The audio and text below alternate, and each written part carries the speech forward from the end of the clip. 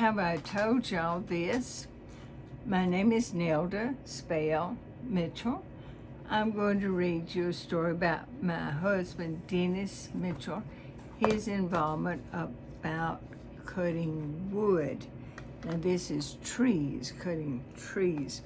Long before Dennis was born, the virgin pines had been cut in our area in South Mississippi.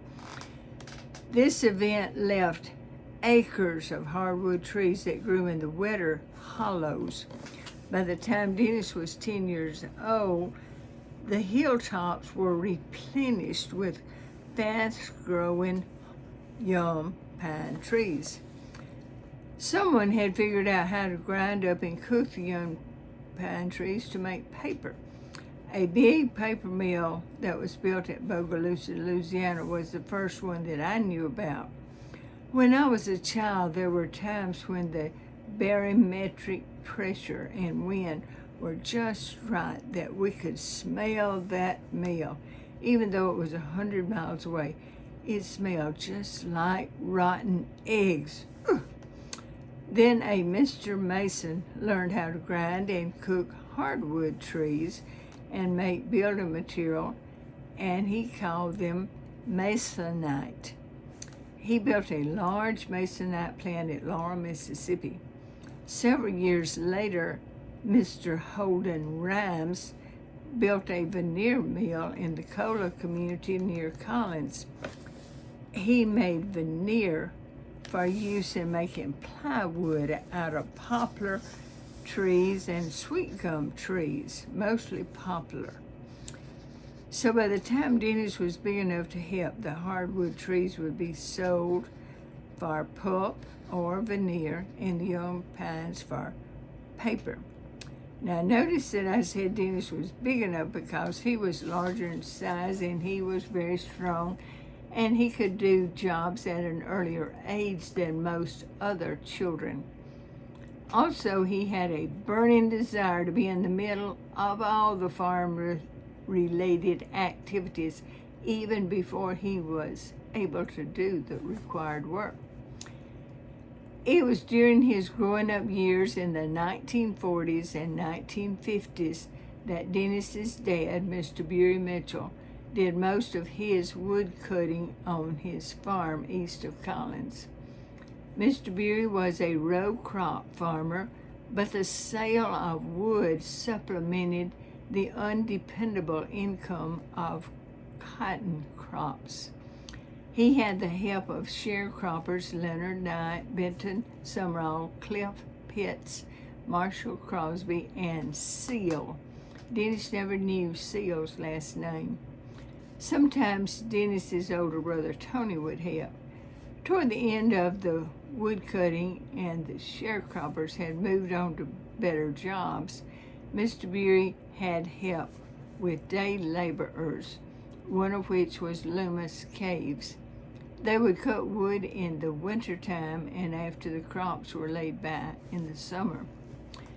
Before power saws and loading booms, the work was done with crosscut saws, axes, steel wedges, mauls made of hickory that looked like oversized sledgehammers, gluts, G-L-U-T-S, gluts, which were big wedges made of persimmon wood, which is tough and will not split when it's hit with a maul, and peavies. Peavies were what they peeled the logs with, and they looked like straightened out hoes, and at times an auger and dynamite. The only motorized equipment was a 2-ton truck to haul the wood from the forest to the market. The pine trees were called paperwood. Hardwood was either pulp or veneer. Getting the trees to the market was a labor of main strength and sweat that gave the logger hopes of making around 50 cents per hour. That is, if everything went well. This was the logger's pay, of which he had to pay the helpers. Paperwood and pulpwood were sold by the unit. A unit tree, a unit was trees that were cut in 5 feet and 3-inch lengths and stacked 4 feet high and 8 feet long. If you can just visualize a big loaf of bread, the slices were 5 feet and 3 inches long, and the bread was stacked up 4 feet high, and the loaf was 8 feet long. A loaded truck would hold 2 units. A common price was $15 per unit, so the logger could hope to get $30 for a full load. It is noted here that a unit was created to accommodate trucks and rail cars. Open train cars had a divider down the center of each, and wood could be stacked on each side. Wood was stacked lengthwise in closed train cars, except by open doors where it went in crosswise. Prior to wood trucks and train cars, timber was sold as logs and was cut into shorter lengths and sold by the cord.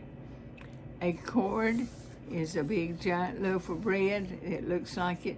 It's 4 feet by 4 feet by 8 feet. Firewood is still sold by the cord.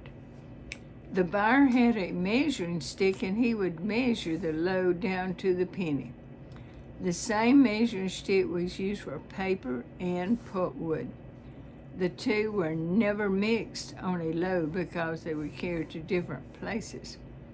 Veneer was sold as logs that had to be cut in lengths, either 8 feet long or 12 feet or 16 feet or 20 feet or 24 feet long. These were sold by the board foot using a scale stick. Each log on a load was measured on the little end of the log. The pay was by 1,000 board feet, which was about 10 cents per board foot for number 1 logs.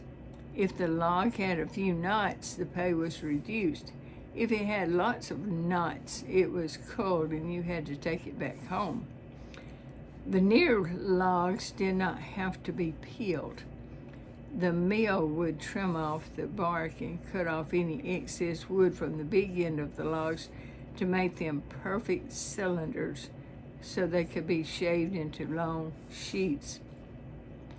The bark and excess wood were burned in a big boiler along with propane to make steam that powered the mill. Paperwood and pulpwood had to be debarked before they were sold. To peel, the trees were cut into 5 feet and 3-inch lengths. Then the peeler, which looked like a straightened out hoe, was used to thrust into the bark several times while rolling the wood with your foot. In the spring, when salt was flowing in the trees, it only took 3 or 4 stabs to peel a big log.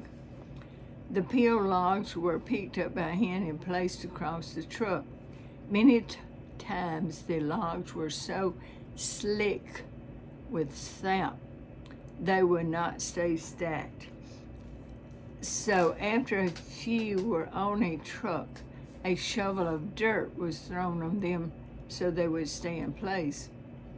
And it helped to have someone help with the loading. Oh my goodness, yes. Also, it helped to have 2 trucks. One truck would be loaded about half full and driven out to the public road and parked with the wheels on one side down in the ditch, so that side would be lower and it would be easier to load the truck on up fuller. It would be loaded with wood that was brought from the woods in a second truck. Dennis's dad had 2 trucks, an old one used in the woods and a new one to carry the wood to market. If you had enough help, another load could be cut while the truck was gone. so 2 loads could be hauled in one day. The seller had to unload his own wood at the markets. At the veneer mill, the logs were unchained and rolled off with a levy. The seller would have to get up on the load and roll them off one at a time. The pulp and paper would be no smaller than 4 feet at the little end. No smaller than 4 inches at the little end, and no larger than 24 inches at the big end, so they would fit in the grinder at the plants.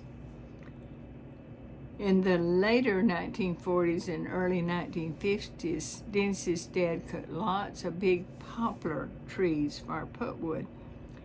After a tree was on the ground and cut in 5 feet and 3-inch lengths, he augured a hole a few inches deep in the center of the end of each and inserted a half stick of dynamite and lit it.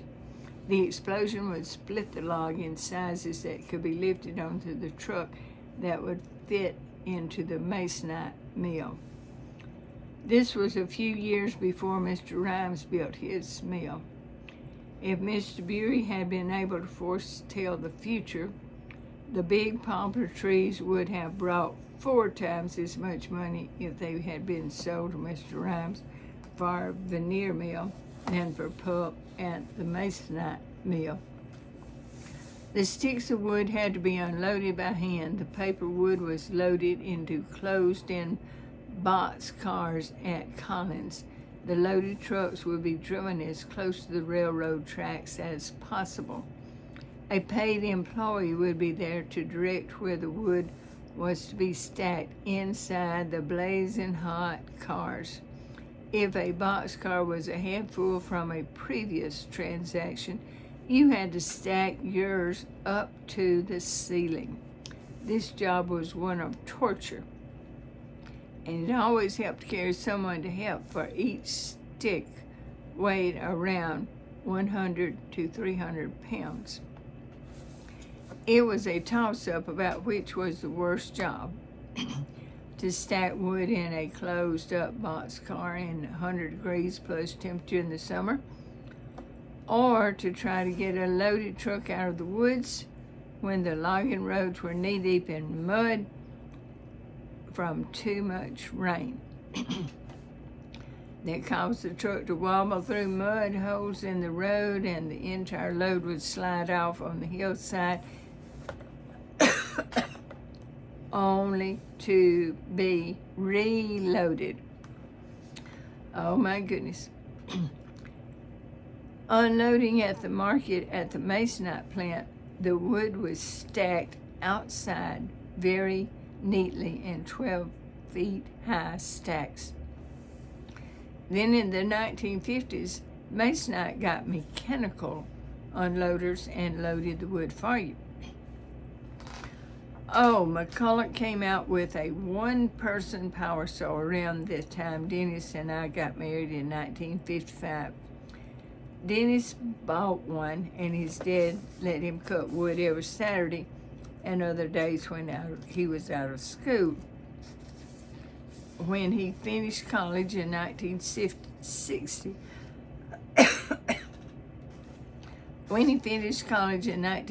we bought the Williamson place and started farming. This way of selling pulp, paper, and veneer wood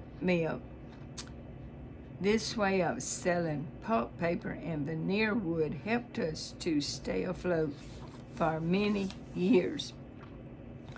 Now, big equipment and technology have replaced most of the short wood haulers, and it could be said that way of life is gone with the wind.